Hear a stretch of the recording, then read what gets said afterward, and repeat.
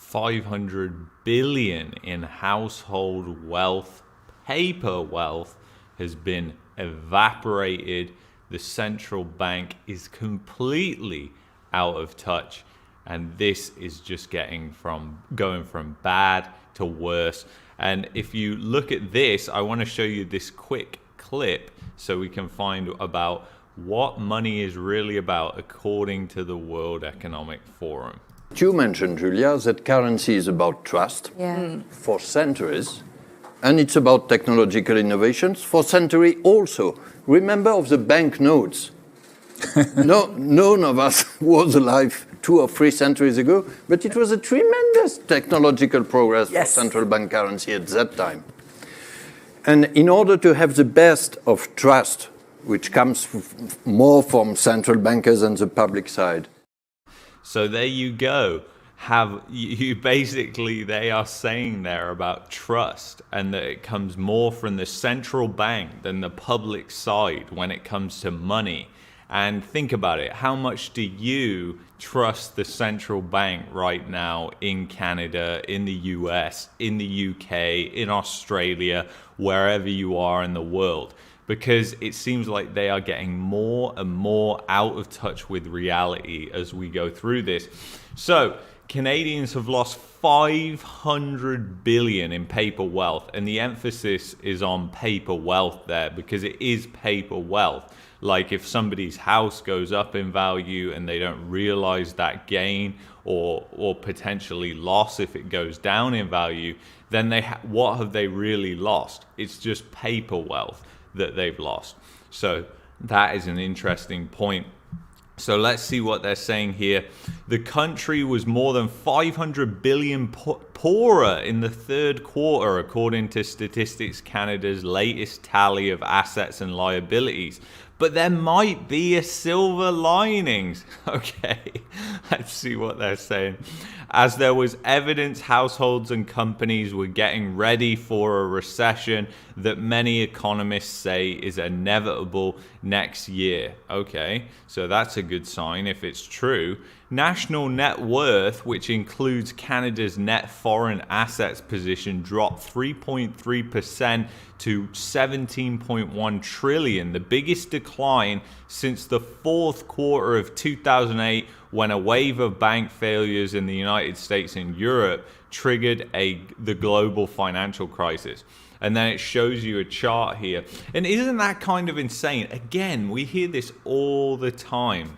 It's like, oh, it's the same as 2007. It's the same as 2008. But everything's good. We're just going to have a very soft landing. We're just going to glide into the runway here.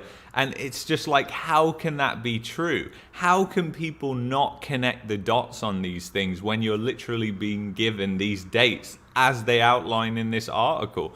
Like Q4 2008 was when all the banking failures were happening. And even there was a massive bank bailout package that happened in Canada called the IMPP. You can Google it after this video. It exists. So even though it looks like Canada skated through the financial crisis basically not knocked at any level, it was knocked, and different provinces had different experiences with the financial crisis too. It varied widely, and essentially the solution to the financial crisis was just to inflate the debt bubble even larger, just make debt, make cheap, accessible credit even more accessible than it was before the financial crisis. And even though some of the loans which had like lending criteria which set the bar really, really low disappeared, the availability of credit was still very, very easy to get credit, because that is really what changes the dynamic of things, is when the availability of credit actually changes. So it's interesting to think about the availability of credit, because I don't really think Canadians, unless they were alive during the banking crises that happened during the late 80s, then they're not going to know about why availability of credit is so important, mincing my words there. So Anyway, Canadians' wealth takes a hit, change in national net worth. You can see it absolutely plummets on this chart. I mean, that is one chart to look at for sure. That's a foreboding point of comparison. The value of residential real estate fell 287 billion to 8.4 trillion. I mean, think about that, 8.4 trillion. The value of residential real estate in Canada. And mostly you have to remember the component of residential real estate, which is the biggest component in the price, is the land value. So if you're looking at a single family home in Toronto, you're actually paying mostly for the land. Like if you knock down the house and just sold the land, you truly see that value there. The land is very, very expensive in a country that is the second largest in the world, and the first largest in the world is Russia. So, I mean, at that point, it shouldn't make any sense. But 8.4 trillion is just a mind-boggling number for a country like Canada, which has a population which is less than 50 million people in a country that is absolutely gigantic, second largest in the world. So Statistics Canada said while the value of natural resources plunged 13.4% from the second quarter to 2.2 trillion as commodity prices dropped from their post-pandemic heights.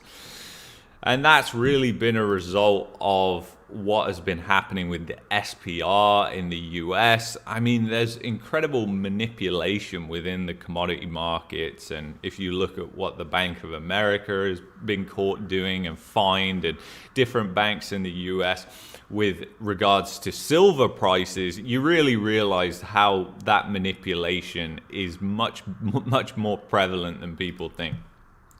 The numbers are a concern because the psychological effect of seeing so much paper wealth wiped out could dull the prosperity of households and businesses to spend and invest. With the market value of their hard assets falling, households could become preoccupied with debt they piled up chasing away runaway real estate prices over the past decade.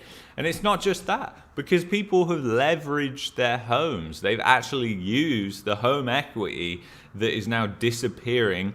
They've used it if they lost a job. They've used it for renovations. And you know, you could say, well, Luke, if somebody does their basement, it's good for their home value, right? Not really. When you look at it in the bigger picture, those people actually lose money. So it's actually really interesting when you dig into the nuance of these things. So I don't know, it's just kind of insane when you think how people have leveraged their equity in 2021. It just went rampant. How many businesses were created behind that? Like how many people said, wow, we should just start a renovation business right now because there is so much demand for renovation. But it was artificial because interest rates were so low. So it's very important to recognize that. So yeah, it is, the psychological effect is probably taking a toll. I do agree with that. Statistics Canada said seasonally adjusted household debt to disposable income increased to 183.3% in the third quarter, up from 180.6% at the start of the year and comparable to the record of 184.6% in the third quarter of 2018. So there you go again, it's the record. And if you look at this, you can really see it on this chart, how it's just absolutely exploded. So let me blow this up so you can see. So this is household debt to income. And you can see that it is just absolutely exploded. And it's just gone higher and higher and higher. And it gets even worse. Well, actually, we'll save that to the end because there's another point that I want to make from this article, which is pretty interesting. The ratio was at 156.8% at the end of 2008. So there you go. Like, it's increased substantially since 2008, when central banks dropped interest rates to essentially zero, kicking off the era of ultra-low borrowing costs that ended this year when policymakers abruptly reversed course in an attempt to constrain the most threatening burst of inflation since the early 1980s. It's kind of crazy as well, because when you think of the early 1980s, what happened in the late 1980s? We've right now got a yield curve that it's the most inverted it's been since the late 80s, and that was when so many banks and financial institutions went bust during that time. And going through a lot of their balance sheets over the past couple of weeks, I actually realized something that was quite interesting. I could draw a lot of comparisons to where certain numbers on the bank's balance sheets were compared to where they were back in the late 80s. So that is a worrying thought, at least. And I definitely found a bank that is the worst bank out of all these Canadian banks.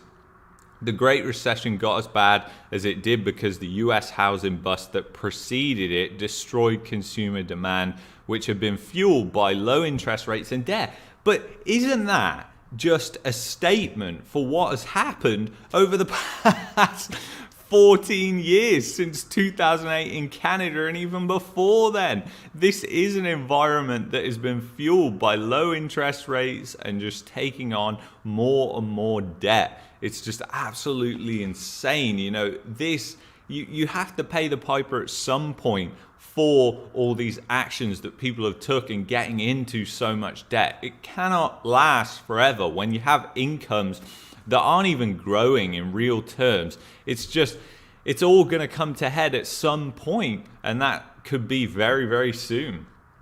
And what will that mean for the banks? Canadian debt levels today mirror the US before the crash, which is why Statistics Canada's quarterly report on the national balance sheet attracts so much attention. There was some evidence that negative wealth effect and the increased cost of carrying debt, or both, have begun influencing household consumption, which only grew at 0.5% essentially. And then this, you're just going to laugh your head off. And to the point at the start of this video, do you trust the central bank? You're really going to laugh your head off at what the central bank said here. So I take no pleasure in the idea that unemployment has to come up, but it is unsustainably low, McClem told the Toronto Star in an interview published last week. This is the line. Our economy here in Canada is overheated. We can't just wait for these global factors to dissipate and expect inflation is going to come back down. We need to get demand and supply in better balance. But what I really want to highlight there is that he said the economy is overheated, because really it's a debt economy. And if it's overheated, all it means is that people went crazy taking out debt. And if they went crazy taking out debt, then what you do by raising interest rates is you take a pin to this gigantic debt bubble, which central bankers refuse to accept even exists. So it's kind of mad. And then it's really interesting because I wanted to show you this. Non-financial private corporations are loading up on debt like never before, probably because their owners and managers sensed interest rates would only be going higher. Those companies took out non-mortgage loans worth $36.5 billion in the third quarter and $32.5 billion in the second quarter.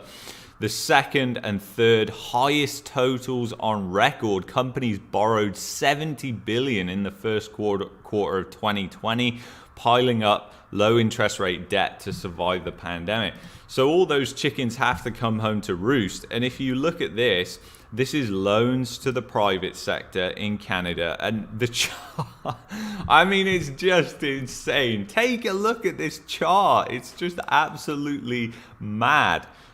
So it's up there like more than $500 billion in loans to the private sector. And just look at where it was in 2020. And now look how high it's gone. So this is your private sector loading up on debt, even at these high interest rates, because they need that debt to survive. But eventually it has to be paid. Eventually it comes due, and they have to start laying people off. When the debt levels are this high in the private sector and interest rates are this high, there's sort of a lag effect. But basically it will end up with higher unemployment moving forward. It would be shocking if it didn't end up with high unemployment. And I think the central bank's targets are just so low for what they think unemployment is going to go up to. It could go up to the same levels that we saw in the depths of the pandemic, which would be absolutely shocking for people, I know. And then you have to ask yourself the question, well, what would the government's response be to that? Because they're not going to sit on their hands. What will be the response what will happen to the currency as a result of that, should I say? So you have to think these things through, because there are definitely risks and cross currents moving forward into the future that I think are important to take a look at. So I think it's very, very important to continue to look at these metrics and monitor them, see if they actually peak, see what happens, because you would expect them to peak. And if you look at what happened in the US, there was definitely a peak. And then as the debt gets destroyed, you see it come right back down. So anyway, if you've enjoyed this video, you might like that one there. You might also like that one there. And I will see you in the next one, guys. Please sign up to the free email list to keep in touch with me if you haven't done so already.